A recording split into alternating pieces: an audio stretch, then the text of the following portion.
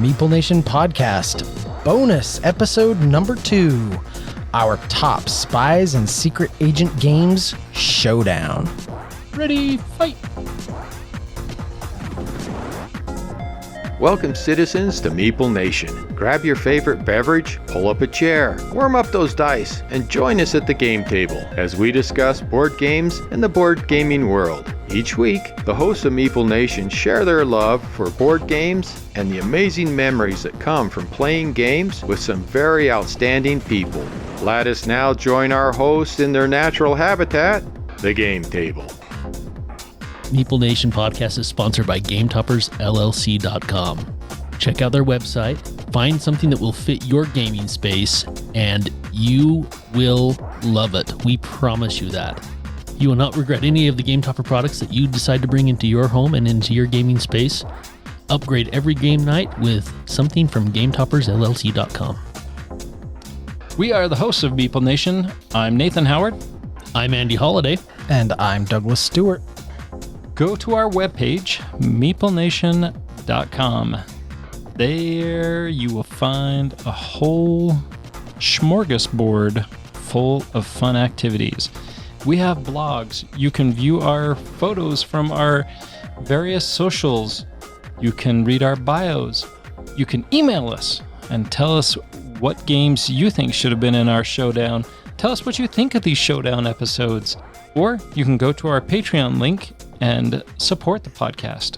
We love our patrons, and we are so very grateful for their support and their confidence in us. That we appreciate that support. We love to do the podcast, and we are trying to come up with ways that will both provide extra material for you and keep the podcast going. Check us out at meeplenation.com. All right, well, let's kick this episode off by talking about some of our highlights over the last week. We had a youth group activity at my place. My youngest boy decided to plan with his group board games and laser tag in the same night. How did that go off? Well, I wasn't quite sure. I told him, I'm not sure how you're going to fit laser tag and board games in 2 hours. It's just not going to happen. He's like, no, we can try to make it happen. It's like, no, well, we got helped out. It rained. So laser tag was off the table. Board games were on. We had games at 2 of our game toppers down in the game room. And we had the DC deck builder on one table. And we had Catapult Feud on the other table. Catapult Feud is one that I'm really anxious to play. I have a lot of it. And I keep hoping that you're going to teach me how to play this one time. So I'm excited. It was fun. It ended up being the leaders playing Catapult Feud and all the boys playing DC deck builder. So to see all these grown men get so into shooting cannonballs or catapult rocks at the other castles that they have built up was really, really fun and enjoyable. Actually, we've done one other game night for this youth group at our house one other time, and the leaders just kind of stood around and talked. Every single one of them was way into this game and having a ball. So it was great to see everybody having fun. It was a great night. This makes me think of the first times that we played Lupin Louie, this child's game that was not for our age group, but we played that game for hours. Hours we played that game. Hey, fun is fun. I don't care. It is indeed. How old you are. Absolutely. There's STLs out there to make that 4-player game a 8-player game, which intensifies that fun. So I can't wait to play Catapult Feud, and I'm very excited for a teach of that, Andy. Yeah, that's awesome. I will be very excited to play that at some point. The highlight that I wanted to talk about this week, I've kind of been on a little bit of a hiatus from Marvel Champions, the living card game. I love the living card game model. I really love what Fantasy Flight Games has done. I talk about Arkham all the time. I think there's maybe an argument to be made about how much these are or are not, using the air quotes, living card games anymore. Through COVID, the distribution model kind of wrecked what the plan was, which is basically to have something new every single month, which I think gets a little bit prohibitive.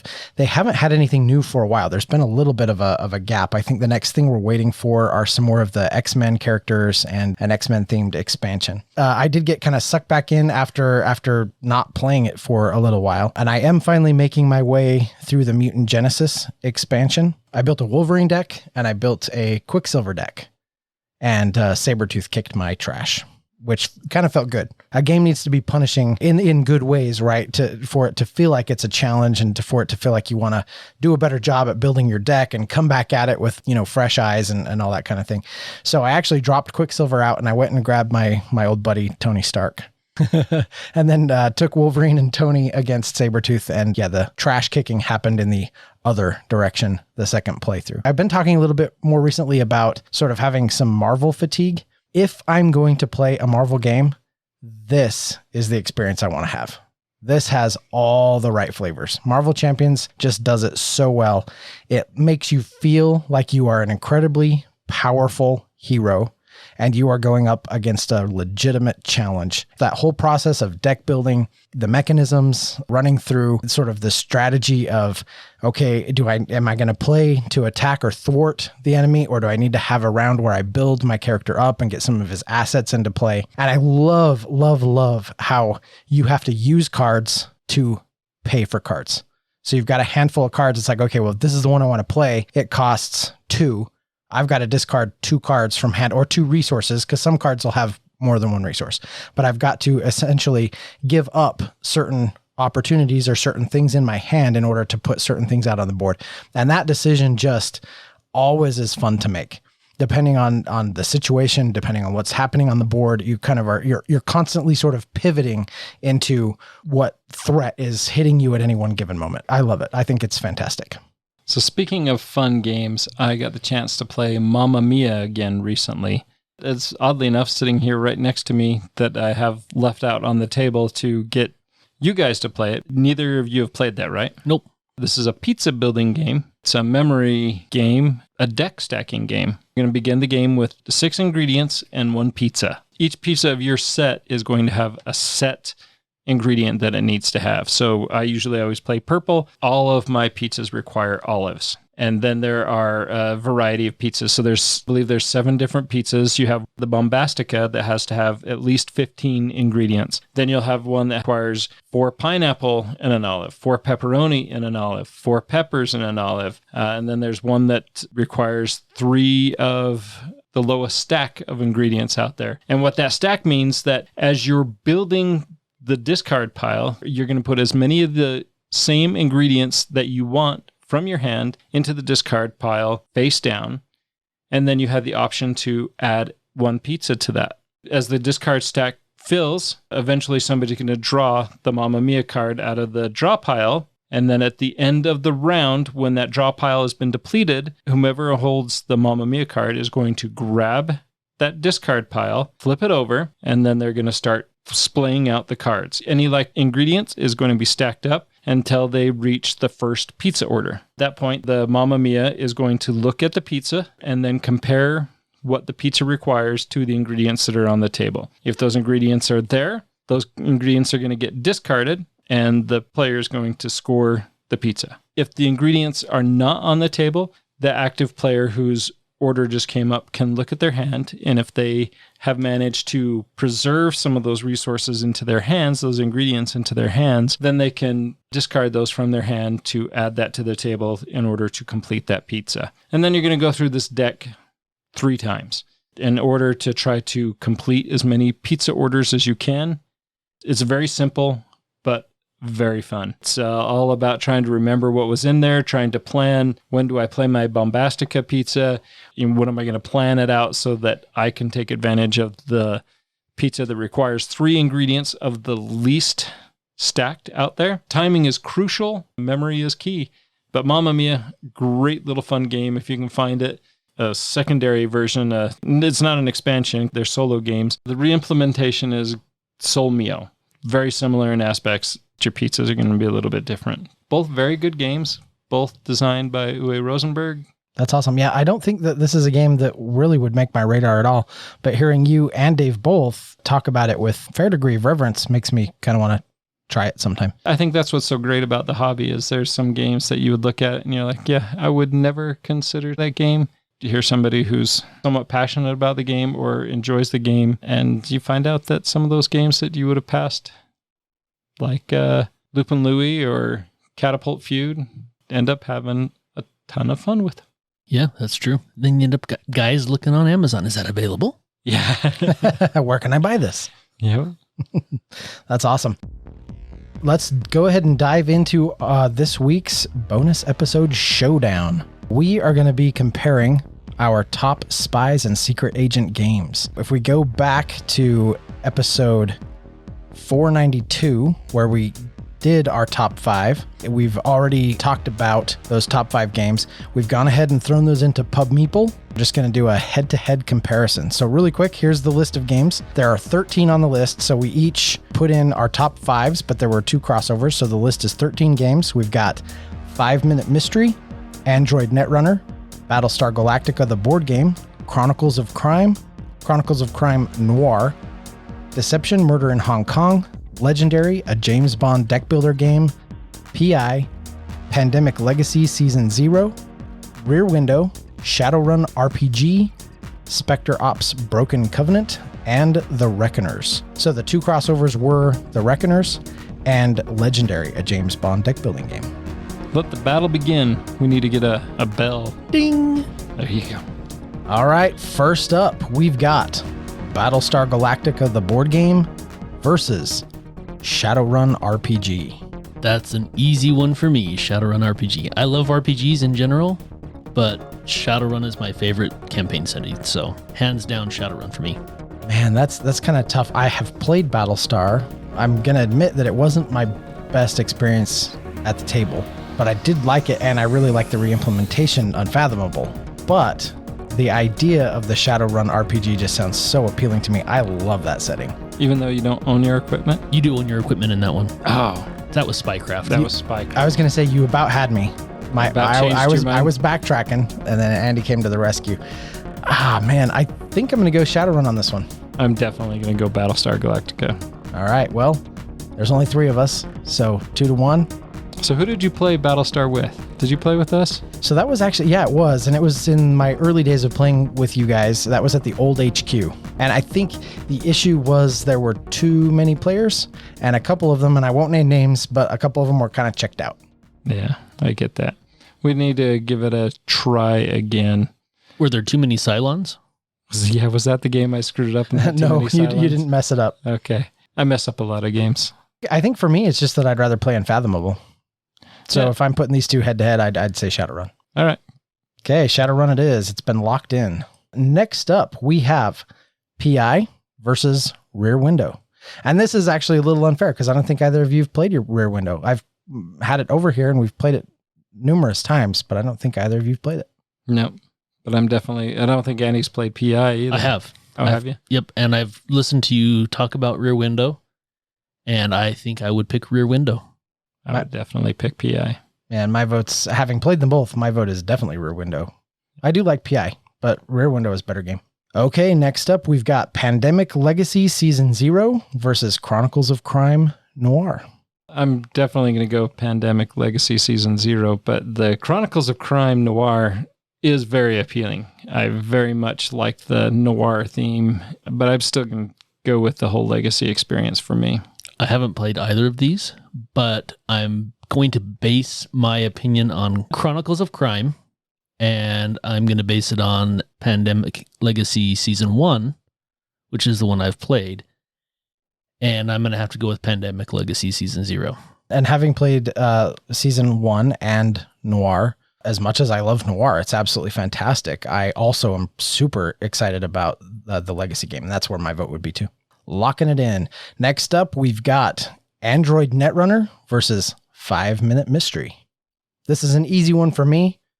It's Android Netrunner. Fantastic deck building game. I mean pre-constructed deck, right? Not as you go deck building. Wonderful setting. I've talked about it before. This is a great game. Android Netrunner. Having played Android Netrunner several times and playing 5 Minute Marvel, I like the complexity of the Android Netrunner and the head-to-head deck building challenges. I think that's great. It's something I actually miss from the old CCG days of Star Wars, Star Trek. The wallet sure is glad to avoid those customizable card games. Yeah. Well, staying away from Lorcana. I'm not. That one just looks too good. But also don't sit on the fact that this is the Megacorps versus the Netrunners, right? Yeah. So you also have just these vastly asymmetric opposing sides as you play, which is severely cool. I love the theme of Netrunner. 5 Minute Mystery was on my list. I haven't played Netrunner, but that being said, that's far more in my wheelhouse than 5 Minute Mystery is. I love 5 Minute Mystery, especially playing it with my kids, and they've had a lot of fun with it, but I would still go with Netrunner. Done. I'm excited for this list. It's going to be interesting how it turns out. Yeah, me too. I think as some of these hit. Actually, speaking of an interesting vote, we got one right here. Next up is Deception, Murder in Hong Kong versus Chronicles of Crime. This is a tough one for me. It is. I enjoy the social aspect of Deception, Murder in Hong Kong far more than I do the game interaction in Chronicles of Crime. But still, using that app in the Chronicles of Crime is such a superb tool for that game that just elevates it so much that is really a tough decision. But I think I'm going to lean more to Deception, Murder in Hong Kong. And I think I'm actually going to go the other direction. I haven't played Deception, Murder in Hong Kong. I've heard you guys talk about it a lot. Social games typically aren't my favorite style of games. There are some that I really do enjoy, but I have really enjoyed the Chronicles of Crime series, especially the 1400, the 1900. Yeah, that Millennial series. Yeah, the Millennial series. Yeah, that was phenomenal and so well done. So I'm gonna go with Chronicles of Crime. Okay, that leaves the tiebreak with me, and I'm just gonna basically compare the experiences that I have had at the table with both of these games. I played them both. I've played them both quite a bit. It's going to be Deception for me just because of how well that hits at the table every single time. And Chronicles is a fantastic game. That app integration is really cool. And we've had some good games of it, but we've also had some frustrating games of it. I don't think I've ever had a frustrating game of Deception. So I think Deception takes it for me. And I think, Andy, you pull up your red flag because it's a social game. And I don't think it really feels like a social game like maybe you're adverse to. There is a lot of discussion and a lot of open conversations during the game, but it doesn't really feel like a social game that you have your usual aversion to. So I think you definitely need to give it a try. I don't know if it would change your mind, but I think it would change your opinion of Deception for sure. Yeah, it may actually. And, you guys, like I said, you guys have talked about this game quite a few times over the years, and it's one that I haven't been like, okay, I will not play that game. I would be willing to try it and be willing to play it for that reason, because it hasn't sounded like it's a social deduction werewolf style game, which I do not like at all. So yeah, maybe it might completely change. It's not my mind. like those. Yeah. And if you played it with somebody who could, do a good teach and with the right people at the table, I really think you would like it. Okay, next up, we've got the Shadowrun RPG versus the Reckoners. I'm totally going to go with Shadowrun on this. I'm also going to go with Shadowrun on this. No. How come? Yeah, I really enjoy the Reckoners, but there's still something about it that just doesn't really excite me a ton. The way the boards are all laid out is really cool. That's really appealing.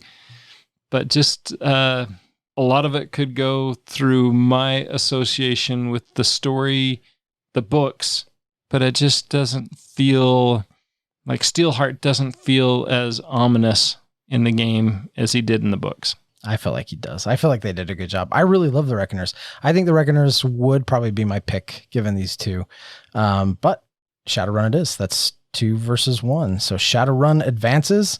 Next up, we've got Battlestar Galactica, the board game, versus the Reckoners. Definitely Battlestar for me. This would go to the Reckoners for me. And when I made my list, I had not read any of the books.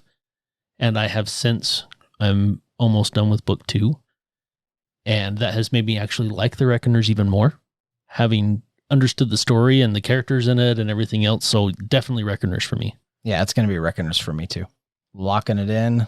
Next up, we've got Rear Window versus Legendary, a James Bond deck building game.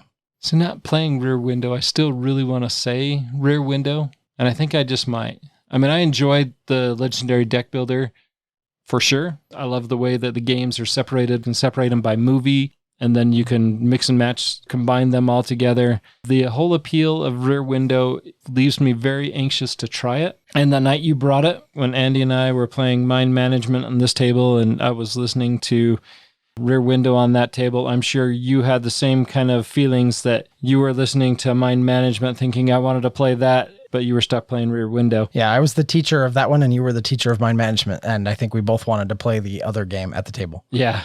So I'm going to go with Rear Window between these two. 007 version of Legendary is, to date, my favorite version of Legendary. So I'm 100% going with Legendary 007 James Bond on this one. 1-1 here. Falls to me once again. I only have the Legendary Marvel deck building experience to make a comparison with. So if this is even similar at all, even if I assume that it's a better game of the two, I personally would still rather play Rear Window. So I think Rear Window takes it. Next up is PI versus Legendary, a James Bond deck building game. PI for sure. I love the whole mini games where you're playing 3 sets, trying to solve those mysteries. PI is a great game, an exceptional game when you play it on BGA because there's no cleanup and no mistakes. PI frustrates me, so I definitely need to go with Legendary again on this one. Okay, we got to go in a different order so it's not down to me to break these ties. It's PI for me for sure. This actually isn't really all that hard. PI really is a fantastic deduction game. It's very good. So yeah, that's one that I was very glad to find a copy of. I had to find it off the BGG market. Somebody was selling there. And then when it arrived somewhere in transit, United States Post Office put a nice big hole through it. Yes, they did. But it didn't damage the game, so I just have a holy copy. PI to me, Nathan, is like Alchemist to you. I get that. Yeah, I really want to teach my wife this game, and I think she's gonna hate it. It's funny. I have a list of games that are on BGA and games that I've teach her, and she's caught on to my trick that we'll play a game. Hey, I got this new game to teach, and she's like, "Are we going to be playing it out on BGA now?" I'm like, "Yeah." But PI is on my list of games to teach her. Yeah, it's a good one. It's really solid. I wish that it was still in print. Hopefully at some point it gets a reprint. Yeah, it's a great game. So. Yep, it is very good. Our next head-to-head battle is Pandemic Legacy Season 0 versus Spectre Ops Broken Covenant. Definitely Pandemic. I like Spectre Ops. I like the cat and mouse aspect of it. You're looking for the spy, and all the enforcers are trying to catch the spy. I really enjoy I got my mini map here. I'm controlling my moves or working with the other team to try to track down that hidden roll movement. The game is very challenging. I enjoy it on both sides of the table. But Pandemic Legacy, that legacy experience is, I'm going to be pretty hard pressed to pick anything against that legacy experience. Fair enough. I think my vote's for the Pandemic Legacy as well. As is mine. Easy choice. Next up, we've got Chronicles of Crime Noir versus Spectre Ops Broken Covenant. I think I'm going to go with Chronicles of Crime Noir on this. Spectre Ops, there are very few cat and mouse hidden movement games that I've enjoyed. Like Fury of Dracula, maybe once a year, every 2 years is okay. Now, the one that we played, the Mind Management, that one was probably the best one I've ever played because of the length of time that it takes to play that game. There's a much smaller board. It seems like it's more challenging for the one, not so much for the many, but I don't know. We only had one play of it and we kind of got lucky at the beginning. Chronicles of Crime, I love. And I would be very interested in trying the noir theme with that. So I'm voting for Chronicles of Crime Noir. Yeah, it's going to be noir for me as well. I mentioned when we were doing our top 5, had I played Mind Management more before making our top 5, it would have flushed out Spectre Ops for sure. And then I would be changing my vote right now. But currently I'm Chronicles of Crime Noir as well. Next up, we've got Deception Murder in Hong Kong versus Android Netrunner. This is a tough one. Because these are such great games, but on different levels. Yeah, they do different things for sure. I mean, one is essentially a large group social deduction game, and the other is a 2-player head-to-head, much more depth to, the mechanisms and deck building and everything else, head-to-head battle. So these are doing very different things. If you asked me right now what I would be more in the mood to play, given proper playtime count and all that, I'm going to go with Netrunner. Yeah, I think that's for me too. Because I look at it, if I had the perfect setup of 11 people to play Deception Murder in Hong Kong, or if I had somebody that was just as invested in Android Netrunner as I was and had their decks ready to go, I feel I too would be going with Android Netrunner. Me too. Very good. Next up is Deception Murder in Hong Kong versus 5 Minute Mystery. No competition for me, Deception Murder in Hong Kong. Same. I would honestly choose 5 Minute Mystery, mostly because I haven't played it and it's social deduction. Those aren't my favorites. So until I have a different opinion of this particular game, I gotta go with 5 Minute Mystery on this. I can respect that. I don't agree with I can it. as well, but Deception takes it. Next up is Chronicles of Crime versus 5 Minute Mystery. Oh, Chronicles of Crime, hands down. Yep, easy one for me as well. Chronicles of Crime. My hands are down as well. Easy peasy. Next up, we've got Rear Window versus the Shadowrun RPG. Shadowrun for me. I love this campaign setting. I love the fact that you can break into big corporations, go on runs, get cyberware implanted into your body, BioWare, wired reflexes. You can be a troll, you can be an orc, you can be a magic user. All of that just is so awesome. Definitely beats whatever that is. Rear Window. Rear Window. That's Yeah, awesome. and as much as I love Rear Window, and as much as I will continue to give love to Rear Window, Shadowrun takes it for me too. And it's kind of funny. I'm the opposite. I would rather play Rear Window than Shadowrun. Don't give me that look, Andy. You monster. Noted. Again, but Shadowrun takes it. All right, our next battle is between Rear Window and the Reckoners. Again, 2 games that I love. Both of these were on my list, and Reckoners is going to take it. I would have to agree. Reckoners is going to take it for me as well. And I haven't played Rear Window, and it sounds like it legitimately sounds fun, but Reckoners is going to take it. And my vote's going to be for Rear Window. I didn't realize you didn't like the Reckoners as much as you do. You know, it's kind of funny. Even in my games, as I've been going through Pub Meeple with my whole collection, and I can only do it like 100 comparisons at a time before my mind starts to just fizzle.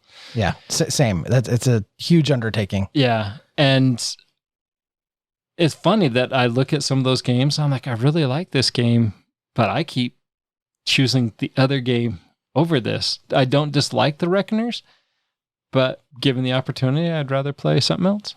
Noted. Reckoners takes it. Next up is Rear Window versus Battlestar Galactica, the board game. Nathan, this one's going to be a tough one for you, I think. No, it's going to be Battlestar. No, he's going to go Battlestar. I thought about it for a second, and I'm like, yeah, no, it's totally Battlestar. Maybe, Doug, maybe you should say what you would go with, and then I'll be the tiebreaker. Yeah, you can be if the it is. tiebreaker on this one because it is going to be Rear Window for me. All right. Well, I'm going to be the tiebreaker, and I'm going to say Rear Window also. Nice. Rear Window beats Battlestar. That's kind of a surprise to me. And again, I know I'm kind of repeating myself here a little bit, but I will just say I didn't have the best experience with this, and I would rather play Unfathomable. So Battlestar, I just don't have the love for it that I think you guys do. And I think some of that's nostalgia because I know you guys played this a lot back in the day. A ton. I don't have the same affinity for it. So Rear Window takes it. All right. Our next matchup is between PI and Battlestar Galactica, the board game. Oh, Now it's a tough one. Tough choice. Now we've got Nathan. Oh my goodness. And see, it all comes down to if I had the perfect group, would I play this? And if I had the perfect group, would I play that? And I think if I had the perfect group, I'd be playing Battlestar Galactica. And if I had the perfect group, I'd be playing PI. Tiebreaker to me again. Battlestar's going to take it. Wow. Nice. Okay. Battlestar does indeed take it. Next up, we have Android Netrunner versus Pandemic Legacy Season 0. I want to say it's a contest, but it's not. It's Pandemic Season 0. Just pandemic all day, all the time. Yeah, that whole legacy experience, I mean, I've mentioned it in the past, but I've never had a more enjoyable experience in any one game more than I had with my experience of Pandemic Legacy Season 1. And then Season 2 and Season 0 have all scratched that itch. Still leave me craving more Pandemic Legacy. I think about the experience you could have playing a legacy game like this with everyone who's invested. Again, that sort of ideal setting. But I also think about the experience you could have playing head to head with somebody who's invested in Android Netrunner and all the deck building and sort of playing back and forth. And this one is pretty hard for me, I'm not going to lie. But I think at the end of the day, it has to go to Pandemic. I am going to agree with both of you. I mean, the one downside to Pandemic is you can have maybe an alpha gamer kind of say, oh, you got to do this, you got to do this, you got to go there. But with my experience, we played this with Nathan, myself, Logan, and Dave. We didn't have any alpha players. It was my favorite Legacy experience as well, season 1. So having not played season 0, I really want to. And I love the Pandemic Legacy version that I played, so I'm going to say Pandemic. My gosh, I can't talk. I'm going to say Pandemic Legacy also. All right, Pandemic Legacy takes it. Next up is Android Netrunner versus Chronicles of Crime Noir. Oh, had you not said Noir, it would have been a real simple choice. I'm going to have to say Chronicles of Crime. I'm going to have to say Chronicles of Crime Noir. Oh, this one is really tough for me. For me, it's going to be Android Netrunner, only because of the depth of the experience that has to offer and the replayability versus 3 different stories you can play through with Chronicles of Crime Noir. I'm going to agree with Doug on this one. Android Netrunner, a deck building game over the Chronicles of Crime game. I'm gonna almost always choose a deck builder, especially one that is going to be something that is, what's the word I'm looking for? Fun? Yeah. Especially one that's fun. Anyway, Android Netrunner. Android takes it.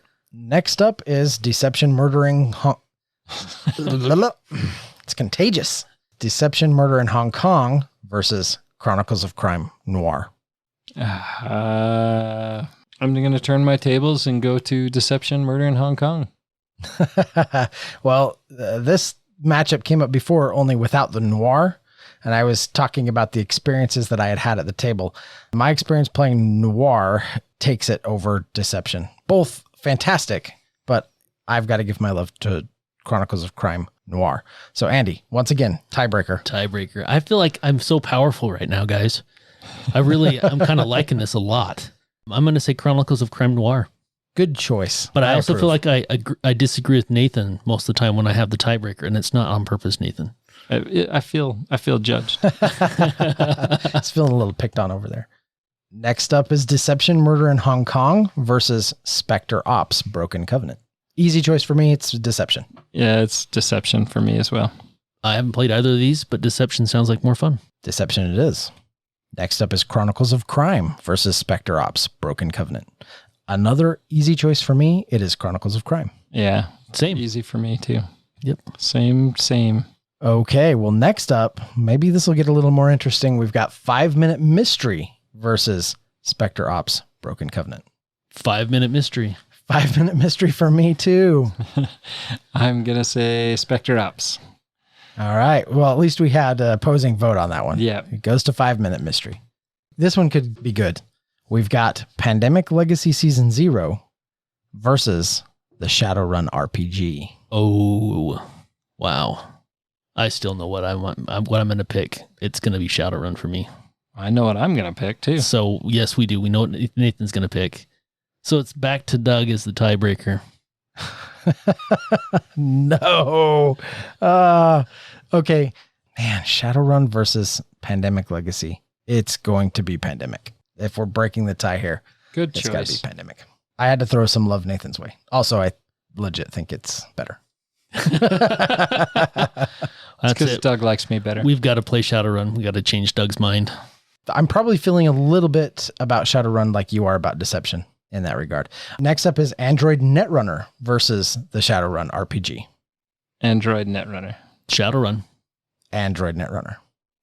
I think we're all pretty clear in the direction we're taking with some of these games, aren't we? Yeah, some of our sets are set. Some of our sets are set. Some of our choices are set. Okay, next up we've got Chronicles of Crime Noir versus Shadowrun. And after I said some of our choices are set, I'm going to go Shadowrun. I'm also going to go Shadowrun. Well, I would have probably said Noir, but it doesn't matter. Shadowrun takes it. Next up, we've got Chronicles of Crime Noir versus The Reckoners. Ooh. Love both of these. I'm going to go with The Reckoners. I want to hear what Nathan has to say first. And I was holding off for you. I'm going to go with Noir. Dang, these are both really good. They are. I just really do love the Reckoners. It is such a good game. But that Noir, I can't decide. And I don't want to flip a dice. I'm going to go with Reckoners. It's going to be the Reckoners. My gut tells me that's the right answer. It was wrong, but... Next up, we've got Chronicles of Crime Noir versus Rear Window. Now, having played both of these, I will just say it's Noir for me. As much as I love Rear Window, it is Chronicles of Crime Noir. It is for me as well. As it is for me. There we go. Lock it in. Next up is Deception, Murder in Hong Kong versus Rear Window. Rear Window. And it's Deception for me. It's Deception for me too. I thought about Rear Window for a second there, but no, it's Deception. And I'm going to be honest, both offer a really great group experience at the table. They are very, very good. But I think Deception just ekes it out in the end. Chronicles of Crime versus Rear Window. Rear Window. I'm going to have to say Chronicles of Crime. Oh, and I'm going to have to say that I don't know. That's not an option. Always the tough tiebreakers go to Doug. Well, here's the thing. Rear Window is a much shorter game. And then with Chronicles of Crime, you've got the great app integration. Boy, ideal setting, ideal player count, ideal everything. I'm probably going with Chronicles of Crime on this. I think it does take Rear Window just by the slimmest of margins. Next up, we've got 5 Minute Mystery versus Rear Window. Rear Window. Rear Window. Rear Window. Easy. 5 Minute Mystery versus Battlestar Galactica, the board game. Easy. Battlestar. 5 minute mystery. Just kidding. Battlestar. I just had to see the look on your face, Nathan. That's all. Interesting. Yeah, given these two, probably Battlestar for me too, actually. All right. Look of disgust I gave you. Next up is 5 Minute Mystery versus PI. Now you can give me a look of disgust. 5 minute mystery. That is terrible. That is terrible. It's PI all day long. No on this way. One. All day long. Yeah. No way. All right, 2-1. PI takes it. Next up is 5 Minute Mystery versus Legendary James Bond deck building game. Ooh. Legendary James Bond deck building game. Yeah, definitely. Legendary for me as well. Lock it in. Ooh, we're finished. And That's it. Wow. as they say, is that. Let's tally that up. How'd we do? Starting with number 13. Starting with number 13, we've got Spectre Ops Broken Covenant. And this was the one that Nathan was constantly threatening that it was going to get kicked off the list anyway. So that kind of makes sense. Yeah, I don't feel bad that it's where it's at. All right, number 12 is 5 Minute Mystery. Not a That surprise should there. be there. Yep. Number 11 is Legendary, a James Bond deck building game. That feels about right to me. Does it kind of... That seems low for me. Yeah, I'm a little bit surprised with Yeah. that. It seems like it should be a little further up the list.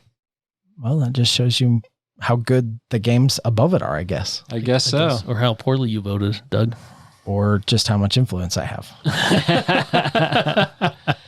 Number 10 is PI, and this one does feel like it should be higher. Yeah. It's such a great game. But it is number 10. Number 9 being Battlestar Galactica, the board game. That surprises me too. Not me. Yeah, I guess you guys didn't have much love for it. Like I would have put it a little lower. All right. And then number 8, again, as much as I love it, number 8 was Rear Window. That's And interesting. I'm looking at the stuff above it, and that does feel right. Well, I'll just say that. On this list, that feels right. For it to be a relatively new game and to be on the top 10, I think that says something about it. Yeah. Because it is a fairly simple little social deduction type game. I mean, it's got very much that Mysterium. One person gives the clues, everyone else trying to deduce them vibe to it, and it's really good. Yeah, I'm very anxious to play it. Number 7, Chronicles of Crime. Not Noir. Not Noir. Number 6 is Deception, Murder in Hong Kong. And then we have, at number 5, Chronicles of Crime, Noir. I'm excited that this one made the top 5. We need to play this. Yeah, we do. I really loved this one. I think you will too. I love playing that private detective and having those actions that you can do instead of like the forensic analysts or whatever. With the expansion you're talking? Yep. Yeah. Just kind of the gritty feel to Noir. It feels right and I think it just gives off all the right vibes, especially for this theme. Cool. Number 4, The Reckoners. I would not put it there. I mean, obviously I didn't put it there on my list. I think it was just Andy and I's joint love for the game that I think pushed it that high. Yep, for sure. At number 3, the Shadowrun RPG. I was thinking that should be number 2, at least. Well, it's number 3. So I knew Pandemic was going to beat it out, but I didn't think anything else would. Well, the other game that beat it out was number 2, and that was Android Netrunner. Oh, that's right. That actually kind of surprised me that was so high. It's because you guys voted wrong on that vote. That's right. Okay, my bad. Come on, guys. Wow. Get with the program. So sorry, Andy. And of course, that leaves number 1, really no surprise at all, given the conversation we had, Pandemic Legacy Season 0. I knew that would be number 1. It is a great game for sure. And you've got an unopened copy of it sitting over on the shelf, right? Yes. Okay, well, we're definitely going to need to get that to the table. I will not cry about that whatsoever. It's such a good game.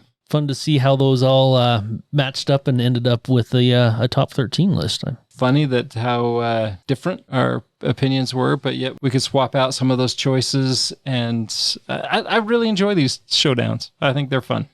Yeah, I did too. I was surprised on this one how much we all were on the same page. I did think we'd have a little bit more clash on some of these, but it was good to see that we're all kind of, I think we all have similar sensibilities when it comes to some of these games. Except for PI. Except for PI. PI is really good. It is really good. And I you're right, Nathan. I do like it on BGA. It's such a big difference on BGA. I mean, it is a good game anywhere you play it. The cleanup and takedown, you save so much time on BGA, and it is just awesome. And then, of course, the big thing just being that the computer doesn't make a mistake where your neighbor might. So that is huge as well.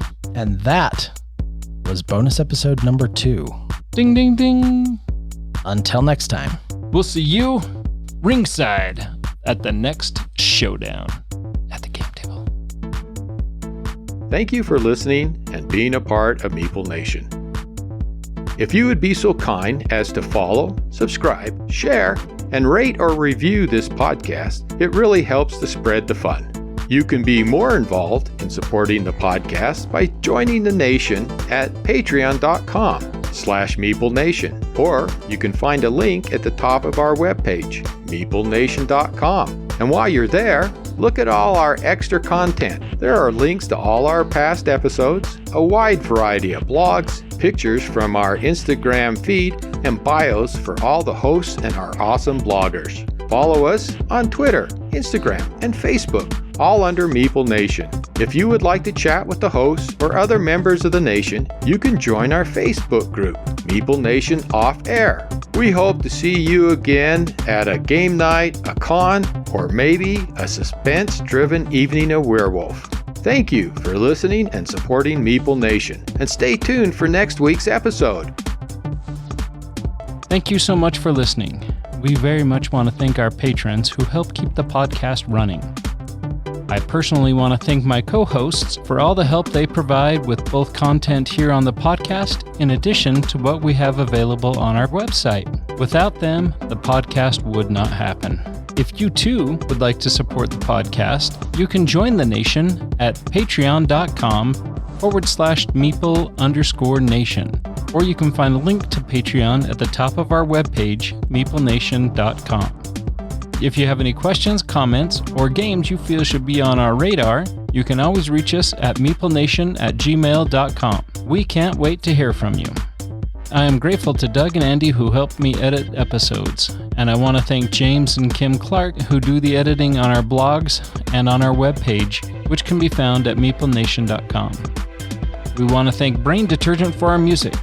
If you want to find more from him, you can follow his links that can be found on our webpage, or simply search for Brain Detergent on YouTube to find more of his tracks. Thank you again for listening and being part of the Meeple Nation community.